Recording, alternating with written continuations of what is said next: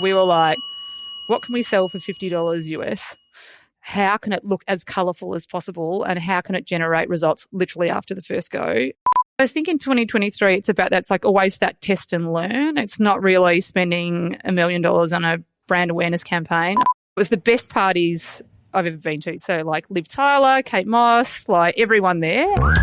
Welcome to Add to Cart, Australia's leading e-commerce podcast that express delivers all you need to know in the fast-moving world of online retail. Here's your host, Bushy.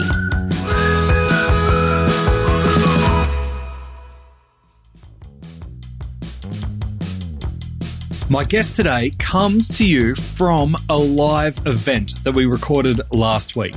Add to Cart, as in me, was in Sydney for Impact.com's IPX Partnerships Experience 2023, and we were lucky enough to be invited on stage to have an Add to Cart chat in person. And better still, we were able to record it and share it with you today.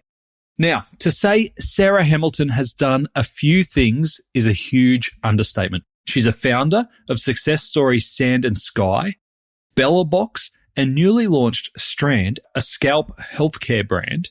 She has a background in financial management and marketing, previously worked in London at Dazed and Confused magazine and New York for Spin magazine. She's currently an advisor for Mermade Hair and Hunter Labs and leads the private label team at Adore Beauty. Wowzers. The theme for our conversation at IPX was how to create cult brands and hero products. And we discussed this at length. She has some great insights. But we also dive into the influencer strategies that Sarah's employed over the years. Sarah talks about the role of Amazon in the growth of her brands. And I get seriously schooled in all things beauty. No surprise there. At the end of our chat, I did a little bit of a wrap-up with Impact.com's Ayan Mohammed, Regional Vice President of APAC Marketing, and the person who was responsible for bringing this whole ginormous event together. So instead of me telling you the 3 takeaways from Sarah's chat, I've asked Ayan to share hers with us. So here it is. Here's our live conversation with Sarah Hamilton, co-founder of Sand and Sky. Sarah, over to Nathan and Sarah. Make some noise. Thank you, Pete. I think that's our time up. We're done. I know. And you know, it's so funny. I got my hair coloured yesterday and it's normally this beautiful blonde. And my kids told me last night that I look old because it's grey. So excuse me. I won't name my hairdresser, but I feel... So I Don't came worry. to Sydney today. I was like... We're on a podcast. Oh, no, I know. Yeah, so no one sees. Yeah, I normally have that colour hair. Before we get in, I've been told that we have to have a selfie with everyone here. Okay, cool. So let's do that. This is bad podcast content, up? actually. The first thing you do is get a selfie. So let's do that. Everyone try and... Look excited. Stand up, or are they? Stand up. Get up. Get up. This is gonna work. Look at this. My wife would laugh so hard if she knew I was in charge of the selfie. Same. All right, I'm going to go this way as well. This is not me. This is the rules with my grey hair. All right, thanks. Yeah. That's honestly not me. I've been told to do that. I'm not a selfie guy. All right, let's get into it. We've got half an hour. We've got so much. I know. I think Nathan and I met, we had a call and he was like, I'll give you the questions. I'm like, I actually don't want to know the questions because I'll be more honest. So that pause is making me worried. No, to be honest, I listened to a podcast that you previously done on the plane here. And in that podcast, you said that you have a tendency to walk into a room and just break the awkwardness with something random. Stupid, so I was waiting for that. That's the hair. That's the grey hair. Great. All right. So we heard from Pete all the amazing things that you've done. Yeah. When you are speaking to people for the first time, how do you describe what you do?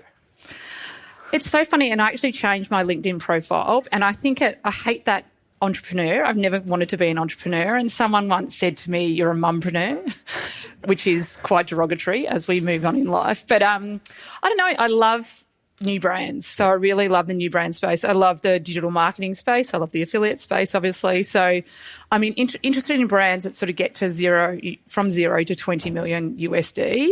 Coco and even Sand and Sky beyond that, which is great. But yeah, I love that space. And I love sort of challenging marketing norms. And actually, I was at IPX in New York. So I did see Trevor Noah and that little robot dance, I think, which was very impressive. As good in real life? Which is, amazing. And it was quite a big crowd, so he did very well to do that. But, I was really interested in how big the affiliate space is in the US, and a lot of people that I spoke to were like, that's the only way I shop, whereas in Australia it's quite different. So that's what I love is it shouldn't. So I came to Bellabox without a beauty background. So I was business. I ran music magazines in New York.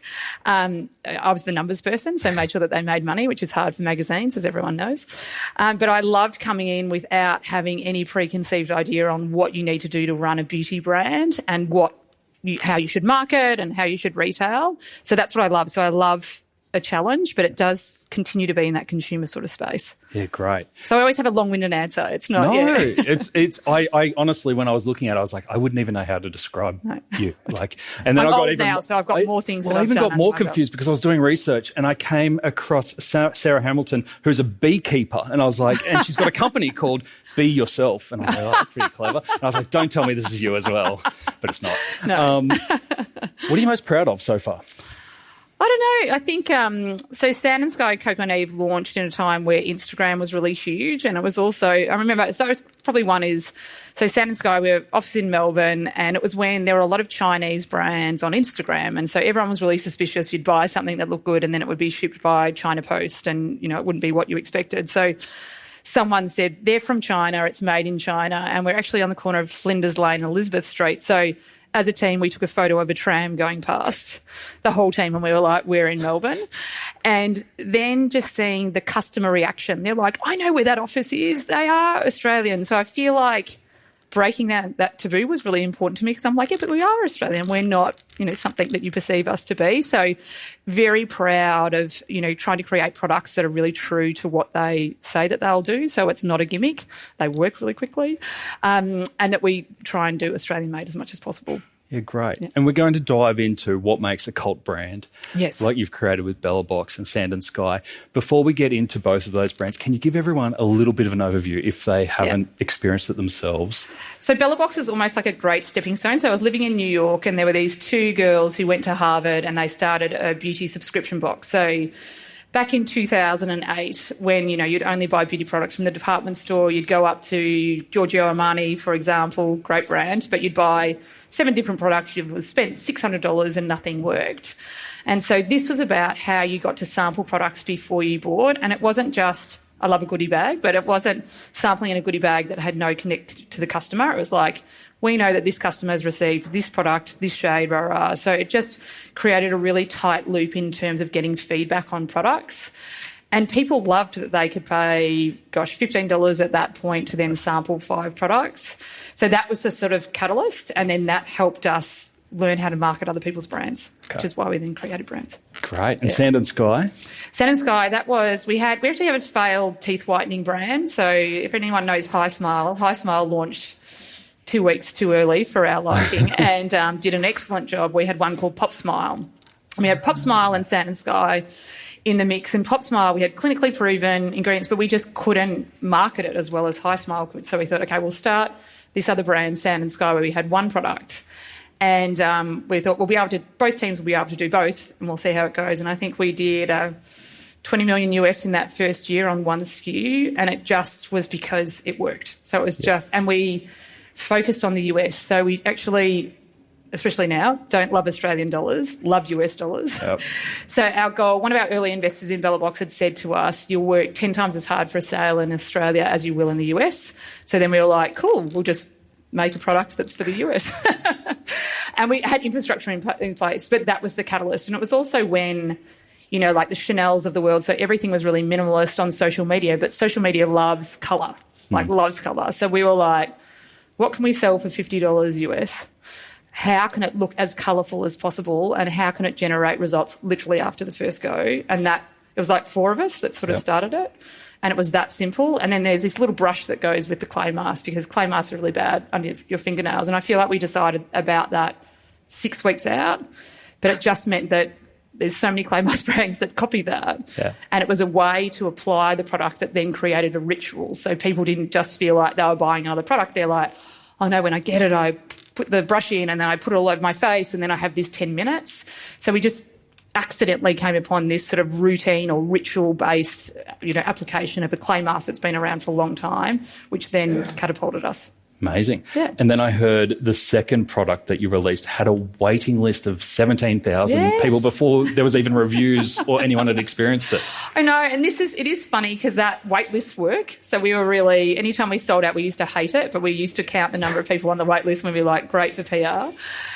Very much with new products. Like we were trying to create hype around it, but there were products that worked and we knew that that's captured people's attention. So again, that's what is interesting about marketing now. It always changes. And even now, people are going back to print. Like, I think it's always really important that you keep questioning how you're marketing your product.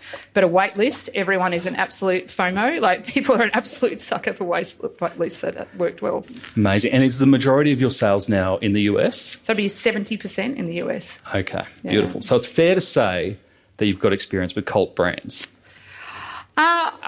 We didn't ever really celebrate the wins like that. I think it's more when you meet people and they're like, I know that. Or, you know. Actually, I was getting a facial a while ago, and because I feel old, so I'm harping on about that. And the girl was like, "Oh, what do you do?" And I said, "I'm involved with Sand and Sky." And she's like, "Oh, what are you like their CFO?" I'm like, "No, I'm the founder." So so they're the moments when you meet people away that they're like, "Oh my God, really?" And I'm always like, "Are you shocked?" Or is it just that, I didn't understand how big it had got? But certainly our first retailer that approached us for Sand and Sky was Harrods. And that was like, wholesale at Sand and Sky. And I got those emails because there was 4 of us. And, it was one Monday morning there, Sunday night. And I was just like, oh, my God, I think it's Harrods. So that sort of recognition was huge. So, maybe cult, I don't know. Yeah. But, there's always more to do. So, do we have anyone in the audience who would consider them the brand that they've either started or they work for as a cult brand? No hands. You are so modest. Oh, there you go. Modest. Man, yes. I still said, put it up higher. Yes. July. Yes, I know there are more in here. Absolutely. I know we've got New Balance, we've got Inku, we've got Modi Body. There's plenty of cult brands in the audience today and plenty that are on that trajectory as well. Yep. So we're going to dive into that a little bit more. What do you think the secret is to creating a cult brand in 2023? In 2023, I think it's still what makes you stop. So I'm always, with the team that we have, I'm always like, what makes you stop when you're scrolling? What's interesting? What challenges do you have? I think with Sand and Sky, it was like pause. Everyone hates their pause, just as a general rule. And so it was like, you don't want to focus in on the negative, but you're trying to solve for something. And I think, especially with beauty, it's hard because there's so many beauty products. So you're asking people to add to their routine. And then once they add to their routine, they're asking them to replace something in their routine.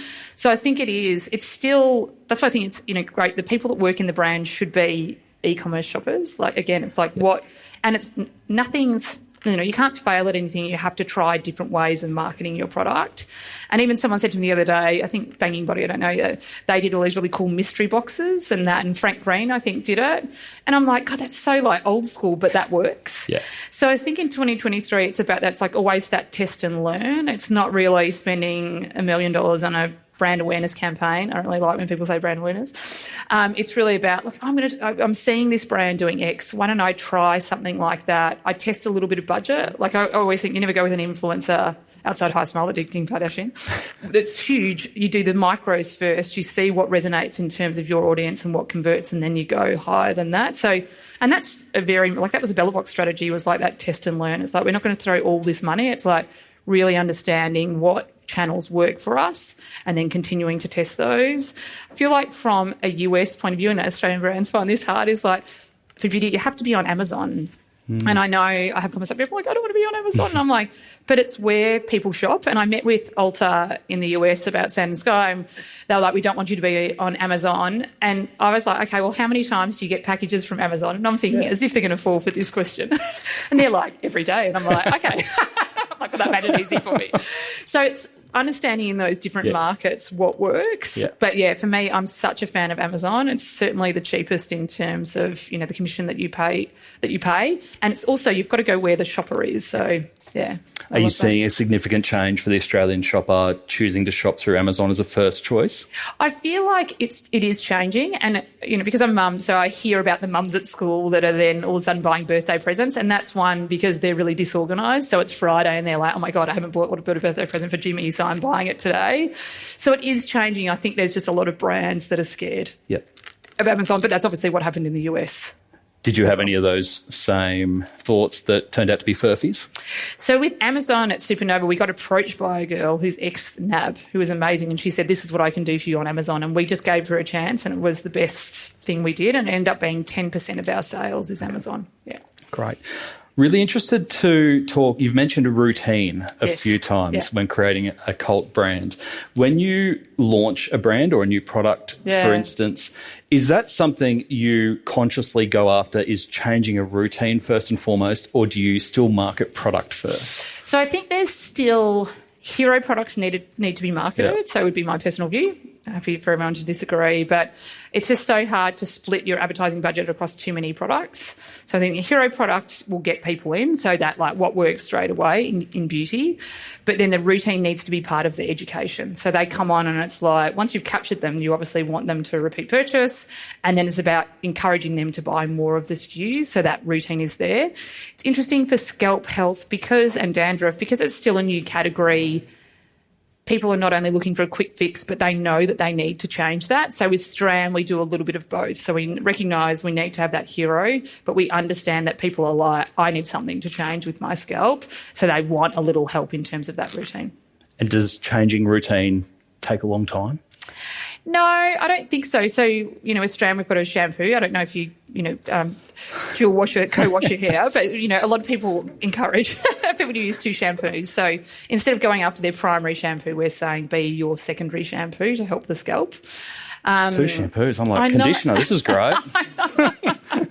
It's so funny when we were pitching for investment for Straand, I had like lots of men that you still pitch to, which is fine. And they're like, but I use imperial leather for my hair. And I'm just like, ask your wife, because I don't think I'm going to convince you.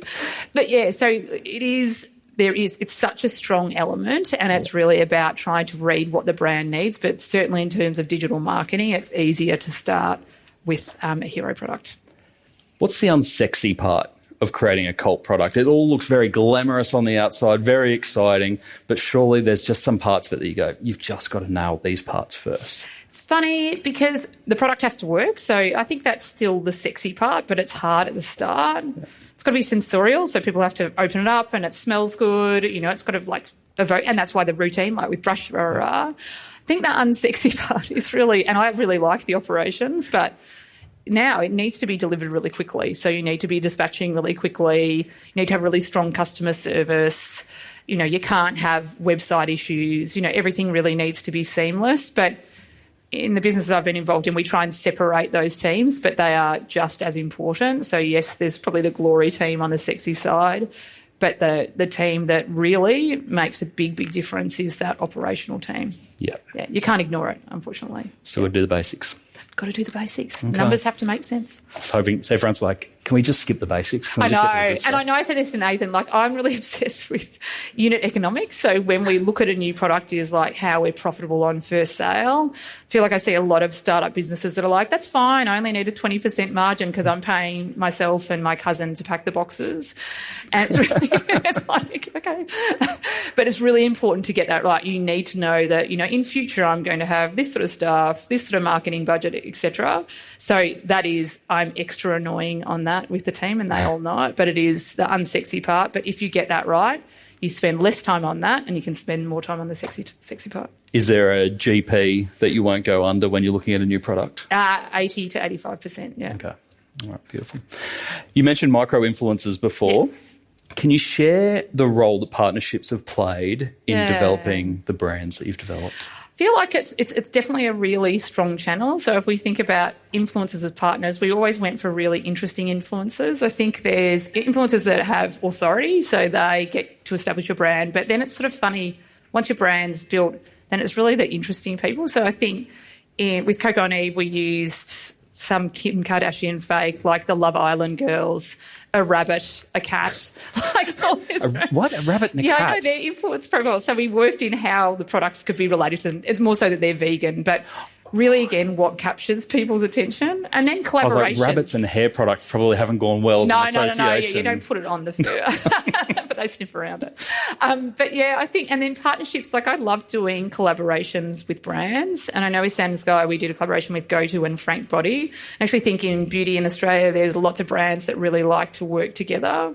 So they're the sort of main areas that we look at and we really love. And it's still, I think it's so important now. I think a lot of influencer is moving to more long-term ambassador type deals. So people don't just want to see a one-off and then someone does another shampoo next week. It's about how you've got that long-term relationship. And obviously affiliate on top of those partnerships work really well. So they've got that dual income source. But yeah, that's how we're shifting. And then I think it's real people. So at Straand, we're doing a trial team with 30 people right now, and they'll be part of our campaigns because we want to show it's not just the bikini models, I shouldn't say that, but, it's about real people, and then the real concerns, I think, is resonating with the audience at the moment. Yeah. Rightly so.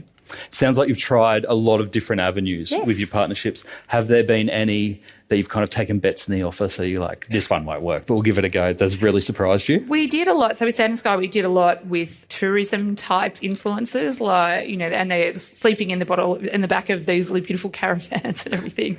And we'd have, like, Sand & Sky there. And that worked well. Like, I think, we've done the whole gamut. So Supernova had Skinny Mint Tea, and they did a campaign with Kylie Jenner, and that was like the most successful. It was like when so there's rumours that she was pregnant, and I feel like now I think back, she must have been like 16 at that stage, so that's probably wrong, but she wasn't. But she wore a little midriff top, and then everyone bought the product. Right. So I'm trying to think what's really, I think it's more just interesting people, and I think with Sand & Sky we did a lot of makeup influencers, and we would make them put the mask on before they did their makeup look, because what we found is the makeup videos you watch from start to finish, because you can't have half a Halloween look, like you've got the full one. And so we just inserted ourselves at the start of all these influencer videos, and that did extremely well, even though you should never put a mask on and then put makeup on straight away because it clogs your pores. Yeah, I'm learning so much. You're going to go home and you're going to be like, right, co-washing my hair, I've got a mask on at night. And I've got this beautiful present for you, which is a swag bag. Exactly. Yeah.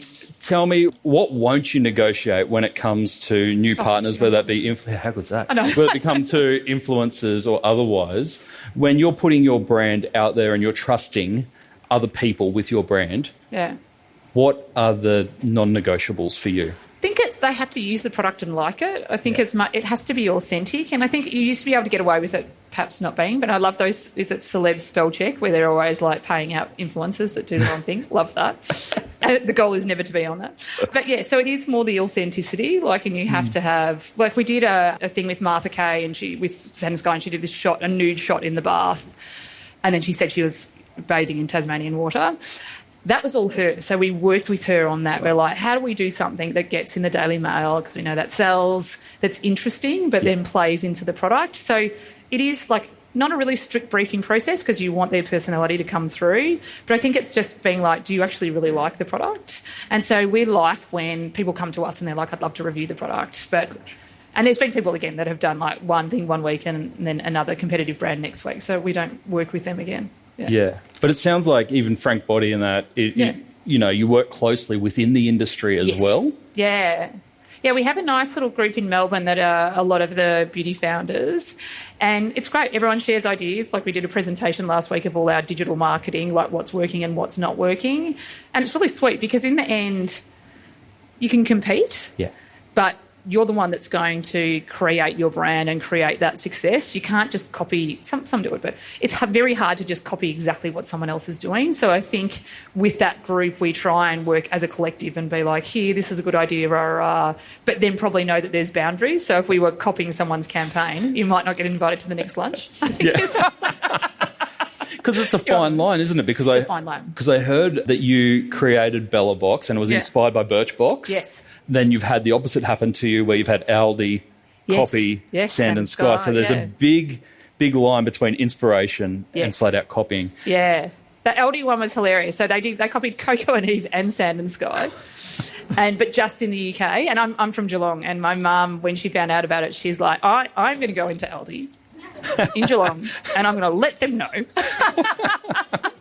This is my daughter's, and I don't think you should be doing that. I'm like, Mum, that is so lovely. Did she do it?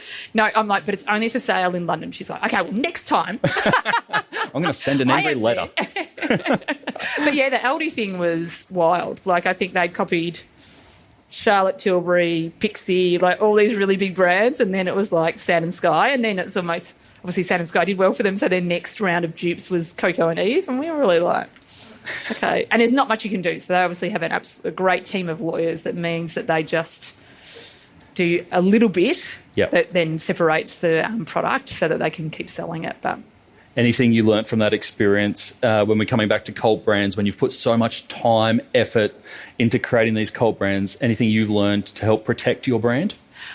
I think you can only do what you're doing. So obviously trademarking gets you so far, but even if you go to Alibaba now, like there's copies of Sand and Sky and Coco and Eve, so there's obviously some jurisdictions that you don't have much ability to change. I don't know. You know, it's various things have come up along the way. I don't know how much you can do to challenge people. You can write a nasty letter, and it depends on who's got bigger lawyers on their side. But get your mum to write one. Yeah, exactly. Yeah. Even Coco and Eve had Chanel come to them and say, you can't use Coco like Coco Chanel. Oh, okay. It's like, what? It's like completely different. So, yeah, I don't know. And it's more, I actually really like Sunday Body. I love that they've done their diffusion line in Coles. So I think it's more, and we actually talked to Boots about it with Sand and Sky. Almost wonder if the strategy is more about being open to those sort of conversations. So then you're still protecting your brand, but you're like, how do I create a more accessible version? Yep. That's sort of on my mind. Yeah, great. Well, I can see Pete's ready to jump up on stage.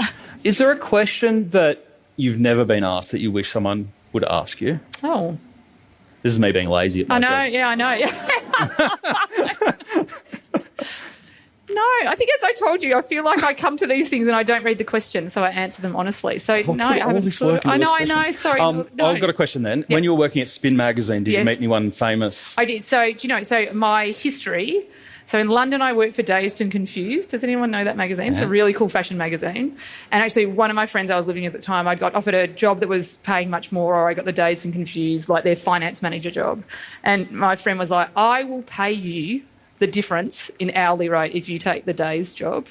So it was the best parties I've ever been to. So like Liv Tyler, Kate Moss, like everyone there. And that was more sophisticated, whereas New York was a bit more like, the Foo Fighters. Phoenix. Like I can't even say the names of the people that I met. And I had my first dog was a bulldog, and he'd come to work with me. So it meant that all the cool people came into my office because I was the general manager. It's not as if they were like, hey, can we talk to Sarah? They're like talking to the editors. But yeah, so I went to every festival. I went to Coachella 3 times. Like, yeah. So it was amazing. And so then coming back to Australia, I'm a bit like, do I have to line up to go to places? Was anyone a real asshole? No, everyone was really nice. Oh. I really like Americans because I feel like they're really chatty. Yeah. I feel like I don't. That's just for you. No, I loved it. So I'm working right now with a New Yorker, and every time I talk to her, I'm like, the call goes for 7 minutes. It's supposed to be 45. We get all this stuff done, and I'm always going, yeah, man, I love you. So no, everyone was really nice. And when they came into the office because they'd perform and we had a rooftop, they were excited to be there and excited to get the coverage. So we didn't meet anyone mean. Not the answer I wanted, but it's nice to hear. The one person I did want to meet, does anyone remember Felicity, the show? Scott Speedman. So he was my like, oh my God, I need to meet him. And so the president brought him up at one point, and I was like, I can't speak. I was 30, so. Yeah. But yeah, that was probably my crush that I was like, oh my God, I literally cannot speak to you. Love it. All right, so what have the next 12 months got in store for you? I'm sure it's lots of things, but where's your focus? So Straand is really busy at the moment.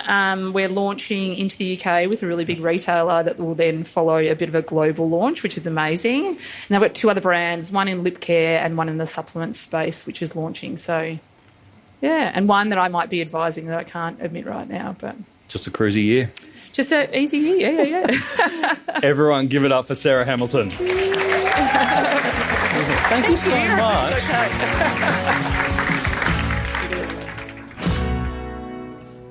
Hey, Anne, thanks for joining us. I thought it'd be good for us to have a little bit of a wrap-up on the event. We heard just then from Sarah, who was amazing.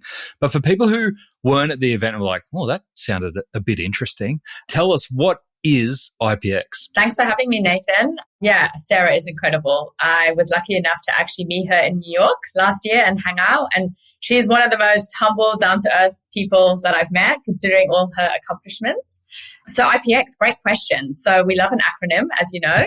IPX stands for Impact.com Partnerships Experience. So it's actually our annual conference that we organize that brings together all the different players within the partnerships ecosystem. So brands, agencies, publishers, and our tech partners.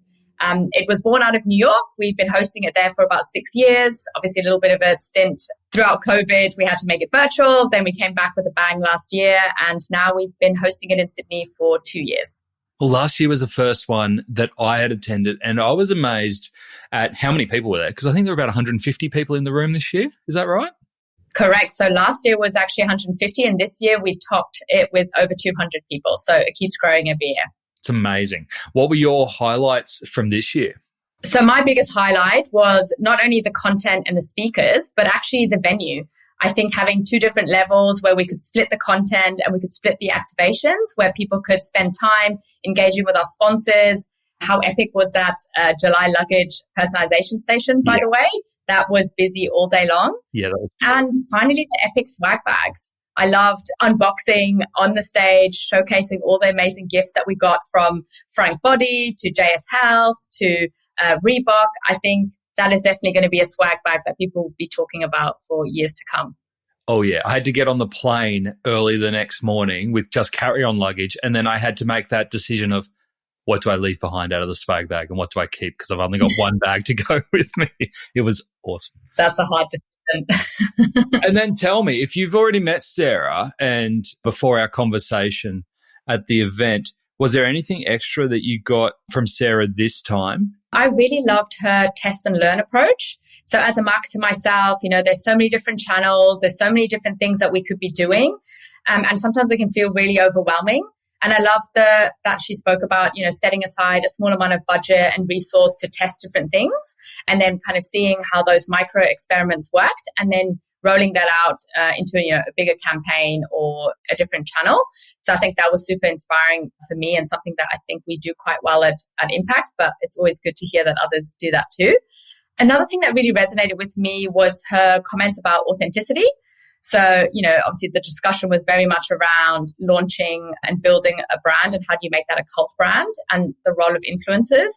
And I think so many of us are over those big celebrity endorsements. You follow your celebrities pushing different products every single day. I don't really believe that they've ever used them, that they actually like them. So I, really resonated with the fact that she loves to work with a few people who actually approach her as well, that genuinely love the product. And she looks to establish those long-term partnerships. So rather than just one-off campaigns, she actually looks to build those relationships over time. And I think that authenticity is something that we can definitely take into our day-to-day job. So even though, I'm in B2B marketing, we're still marketing to humans. Yep. So, taking that approach, I think. I love that. Yeah, I love listening to that. Finally, backing yourself. It's amazing to listen to other female leaders about how they've overcome, some of those barriers. And I think for me, sometimes that self-belief can be a challenge. So I just love that she was like, just go for it. Even if you don't have the right experience, sometimes if it feels right in your gut, not having some of the experience could actually, you could bring a different perspective or you could identify possible gaps and blind spots that other people might miss. So yeah, that was super inspiring for me. Absolutely. I hadn't met Sarah before and we did the pre-call before the event, but met her in person on the day. And I was amazed by her warmth, but also her confidence and that the two can go hand in hand. Like she got up there and she told us everything, like she didn't hold back, everything from the GP that she looks for in products that she might be going to market with through to the percentage of sales she gets from Amazon. Really open. But I think that comes from that place of confidence, like you said, that you can actually be like, well, this is what we do. I think we do it pretty well.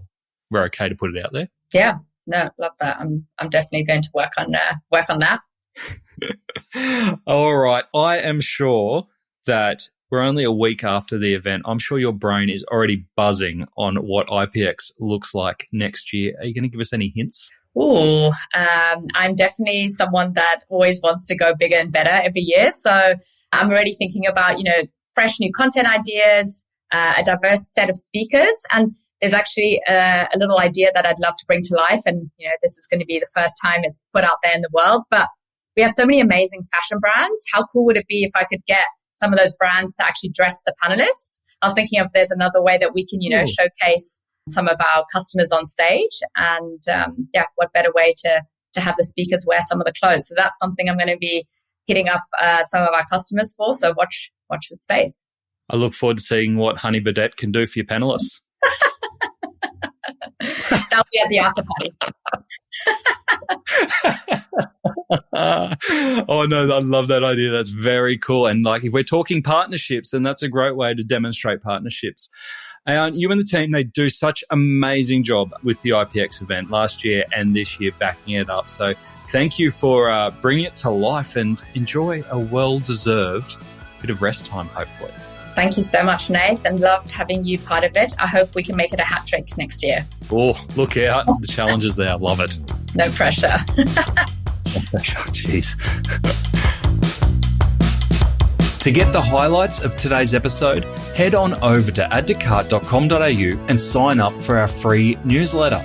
Each Tuesday, we will send Monday's episode summary, links, and discount codes for you to go next level on.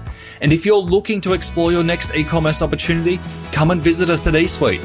We're a dedicated e-commerce talent agency connecting the best e-commerce talent with the fastest growing brands in Australia. Head on over to eSuitetalent.com.au where you can download the free e-commerce salary guide and sign up to our weekly e-commerce job emails. Thanks for listening, and until next time, keep those customers adding to cart.